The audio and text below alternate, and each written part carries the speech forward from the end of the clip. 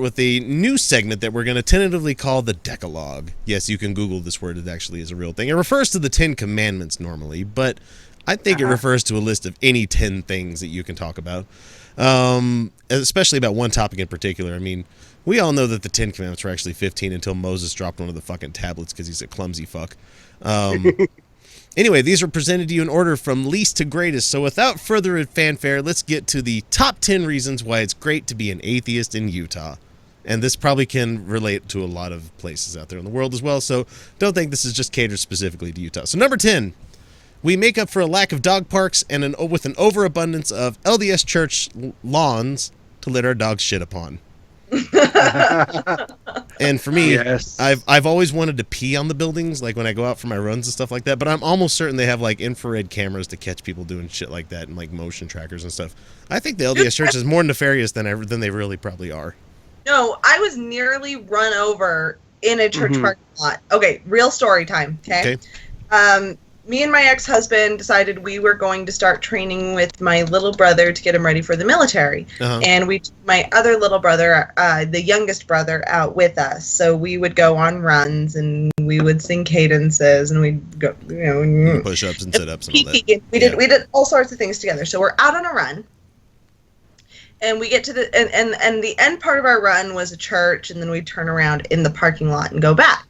And one night we're running back down the parking lot. Yes, we're in the middle of the parking lot. It's fucking twilight on like a Thursday evening. No obstruction of traffic going on here. This car pulls in and starts fucking accelerating at us. Okay? Fucking Mormons. I don't know if they were Mormons or what the fuck was going on.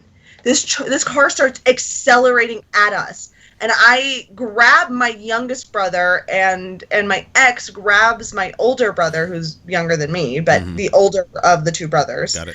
And like we like pull out, like we had to like jump out of in front of this car, and like I land on the grass, my little brother lands on the grass, those two guys land on the fucking pavement. This car tried to run us down, and the teenagers, I swear to fuck they were teenagers, turn the fuck around, and they drive out of there laughing their fucking asses off. So, since then, nothing came of that. No. So go ahead and pee on that building. Yay! Good. Piss all over it. Because I run out in the middle of fucking nowhere. So. Okay, number 9. Yeah. Number 9. Guilt-free bean flicking and pecker polishing. And this goes for anywhere really in the country, but Utah is crazy about self-love. I mean, just look at the fucking porn bill we just passed. So I think it's awesome. I wish more people would. This world would be a lot more fucking relaxed, I think. Every goddamn morning. When I'm still half dreamy, so like what I imagine is super vivid. Yeah. Better than porn, trust me. It's fun in my head. Number 8. You just saved 10% on all monies by switching to atheism. Never paid it. So no more tithing, more space on your bookshelves, a lot less fucking sweaty clothes having to do, and no more fucktarded suits and quote-unquote appropriate clothing that you have to wear anymore. Okay, you know what, though? You get to wear what you want. Mormons and I'm sorry, way too many of you ex-mos don't understand what formal attire is, Kyle. Yeah. Whoa, there's a story here. These assholes think the knee-length skirt is formal attire. No. No. No, not at all. No, was formal Kyle attire. Wearing the skirt? Well, I'm sorry, but I'm up to here with going to a formal event and somebody showing up in like a skirt, not a formal skirt, not even. Now there are knee-length formal dresses; they do exist, but they're not khaki. Yeah. Yeah, they're not. No. No, they're not. No. They're not cotton either. Actually, let me just throw that out there. Cotton's a terrible fucking fabric. I hate cotton. Yes, it is. Perfectly acceptable for your day-to-day. During sweaty ass summer, it should not be what's wrapped around your most heated parts. You are attending an event, and the invitation says formal, cotton, is not formal. It's never formal. And you know, like no, I should feel like I should be writing this shit down because I've never worn a suit in my life. I've worn a tuxedo to my brother's wedding and one to my wedding, and that's it. Dude, suits on like Not a on nice fat guys. suit. Bullshit. Tailored suit on any body type is like, fuck yes. Like every body type looks amazing in a suit. That's okay. And women I'll stick with my dad shorts. who stick with the okay.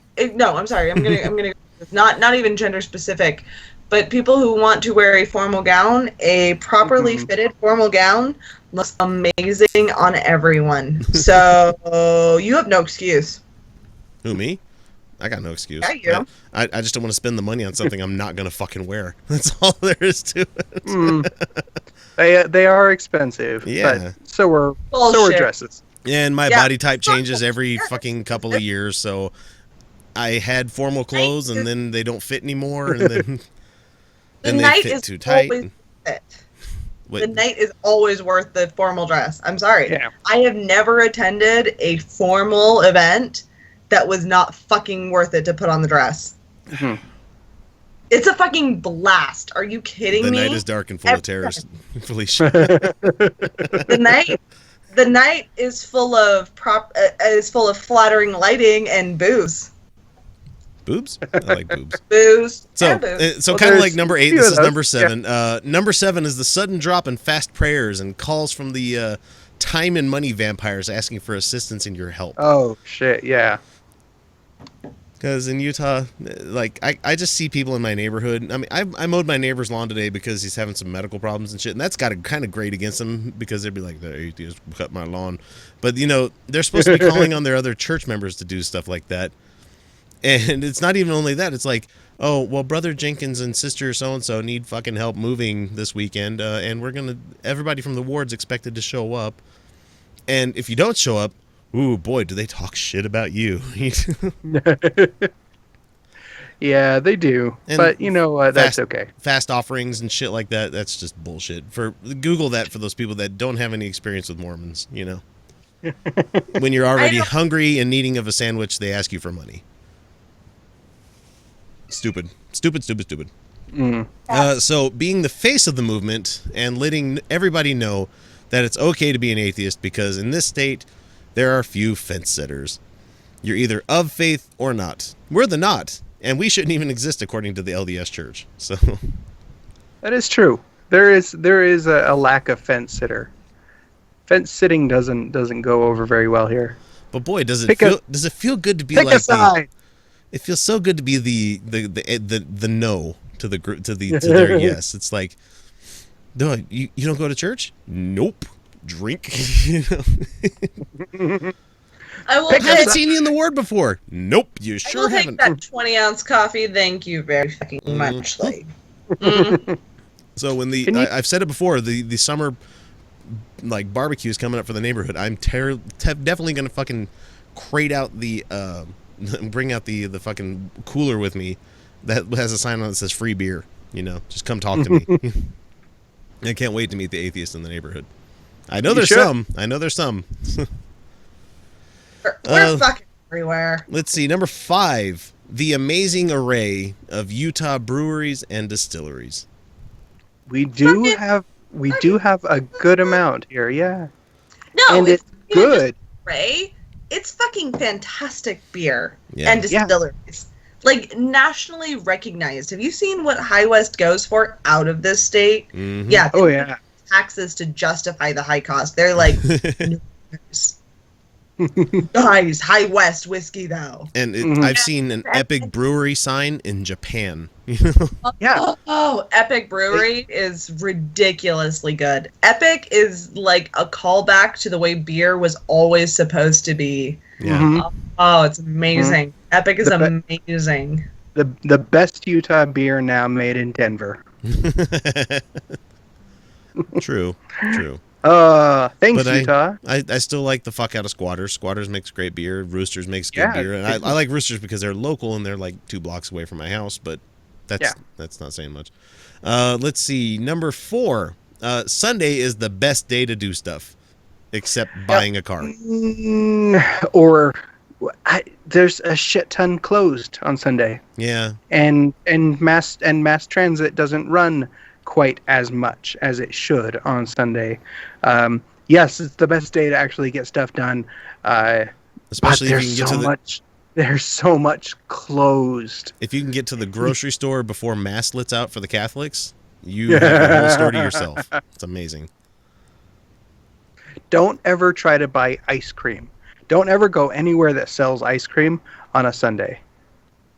Oh, yeah. Yeah, because they're breaking the Sabbath and taking their family out to it, so. Yeah, see, I don't go to the grocery store on Sundays. Like, just don't. Like, I do because I'm usually at the grocery store every day for something. I could find something every day. I really could. What I do is I go to brunch.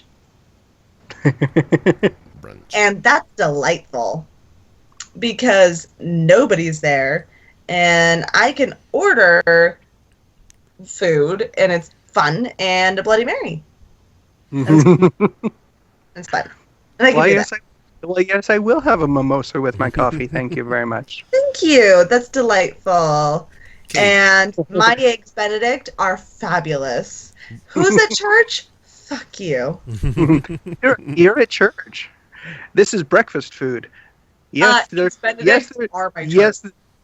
there's champagne in my orange juice, but there's still orange juice. That's breakfast.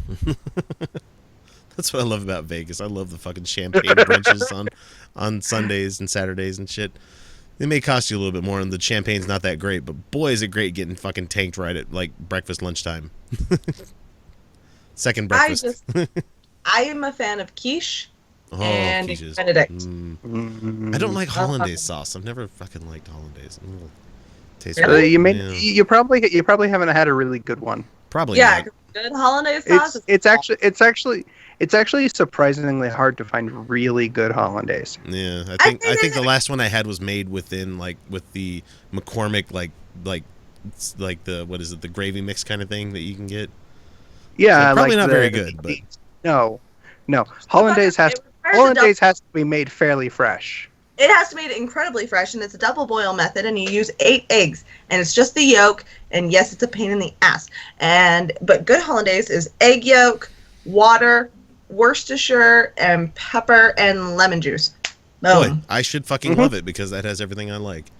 Yeah. Oh fuck! Did you guys see? I'm sorry, I didn't mean to interrupt here, and we're completely off the topic here. Did you see that scientists have found a way to, if you sous vide egg yolks like for at least an hour, you can make it as a fridge-worthy condiment. Like you can put it in a fucking squirt bottle because it pasteurizes and it cooks it just the right amount that you can actually use it as like a yolk sauce for everything. Oh my God! Oh, I'm just gonna be so fat. I love egg yolks. They're so good. Okay. Yeah.